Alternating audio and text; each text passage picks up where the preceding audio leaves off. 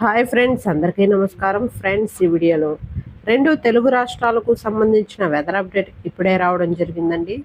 వీడియోలోకి వెళ్ళి పూర్తి వివరాలు తెలుసుకునే ముందుగా మన ఛానల్ని సబ్స్క్రైబ్ చేసుకోండి. వీడియో నచ్చితే లైక్ చేసి సపోర్ట్ చేయండి.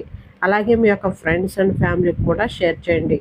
ఇక ఏమాత్రం ఆలస్యం చేయకుండా టాపిక్ని స్టార్ట్ చేద్దాం. ఏపీ, తెలంగాణ రాష్ట్రాలపై తుఫాను ఒకటి ఏర్పడింది.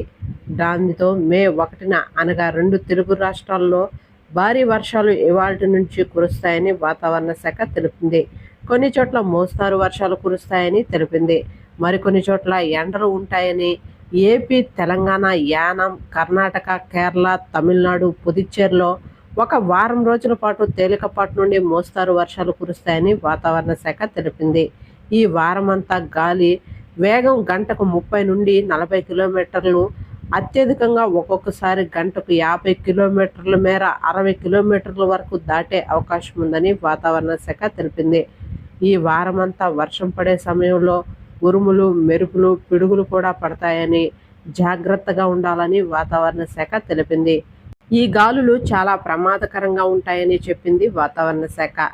నేడు ఉదయం నుంచి మధ్య ఉత్తర తెలంగాణలో కొన్ని ప్రాంతాల్లో తేలికపాటి నుండి మోస్తారు వర్షాలు కురుస్తాయని వాతావరణ శాఖ తెలిపింది. 1 లేదా 2 చోట్ల భారీ వర్షాలు కురుస్తాయని పేర్కొంది. అలాగే ఉదయం 9 గంటల సమయంలో తూర్పు తెలంగాణలో నల్గొండ ప్రాంతాల్లో భారీ వర్షాలు కురిసే అవకాశం ఉందని, అనగా రేపటి నుంచి ఈ భారీ వర్షాలు మొదలయ్యే అవకాశం ఉందని వాతావరణ శాఖ తెలిపింది. మళ్ళీ సాయంత్రం తెలంగాణలోని కొన్ని ప్రాంతాల్లో ఓ మోస్తారు జల్లులు కురుస్తాయని వాతావరణ శాఖ స్పష్టం చేసింది. వర్షం పడుతున్నటువంటి సమయంలో చెట్ల కింద ఎవరూ నిల్చుకోకూడదని సూచించింది.